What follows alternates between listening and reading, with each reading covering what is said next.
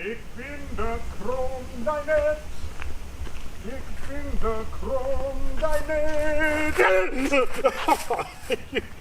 I wasn't expecting anybody to stop by, but you know what? I'm glad you did. We got a lot to talk about.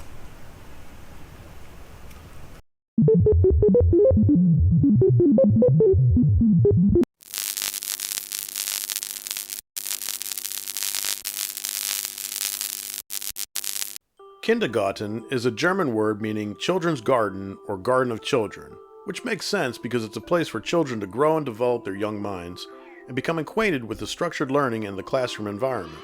However, there are some who believe that kindergarten is a detriment and cause of regression in children, and there are some parents who allow their children to skip kindergarten altogether. I was one of those kids whose parents, for whatever reason, allowed their child to skip kindergarten. That's me there in the Incredible Hulk shirt. Instead of attending kindergarten, I went right from preschool into the first grade. But in my day, preschool, as it is referred to now, was known as nursery school, and it was more like play school than preschool. Unlike modern-day preschools, the nursery school I attended lacked any kind of real structure, thus making the transition from daycare into the first grade a bit difficult to say the least. I was 5 going on 6, and perhaps a bit hyperactive, so I had a hard time sitting still and acclimating to the structural rigidity of the first grade classroom, and subsequently found myself at odds with teachers and other school officials. It seemed like I was sent to the principal's office almost every day, and she was not one to spare the rod, if you know what I mean. In this case, the rod being a hard wooden ruler and a thick wooden paddle, and the wielder of these implements of corporal punishment was big, mean, and scary. So now I was not only being abused at home, I was also being abused at school, and it continued on like that for most of the school year. And it wasn't until late in the school year that while attending a routine parent-teacher conference, my parents learned of the abuse. When confronted by my parents, the sadistic principal unapologetically admitted to beating me regularly. In fact, she proudly showed my parents a box of index cards where she had methodically documented each act of violent punishment she had inflicted upon not only me, but several other students. And although my father was a harsh disciplinarian himself, both of my parents agreed that I should be transferred to another school. Things at the new school were much better, but my opinion of school faculty and authority figures in general had certainly been tainted by my earlier experiences.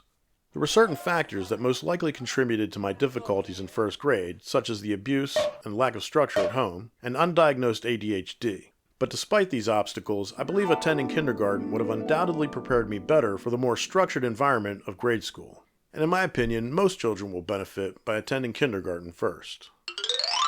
You know, kindergarten is like the ocean. You don't want to turn your back on it.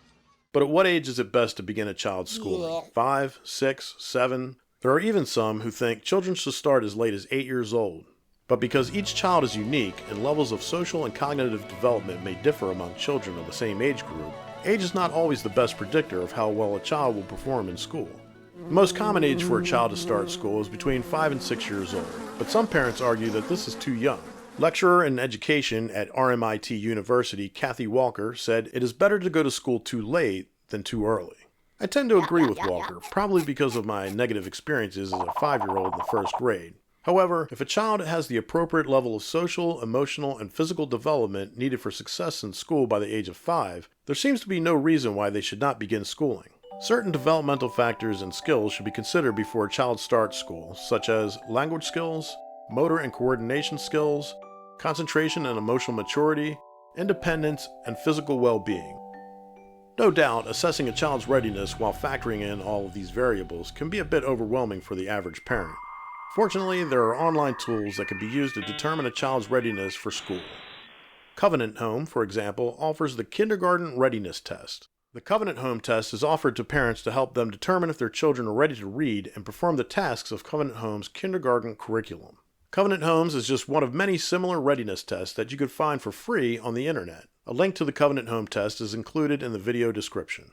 I realize that my awful experiences in the first grade were atypical, and most public schools today no longer exercise corporal punishment. But starting school can be a bit rough for all kids, especially those who are not cognitively and or emotionally ready to do so.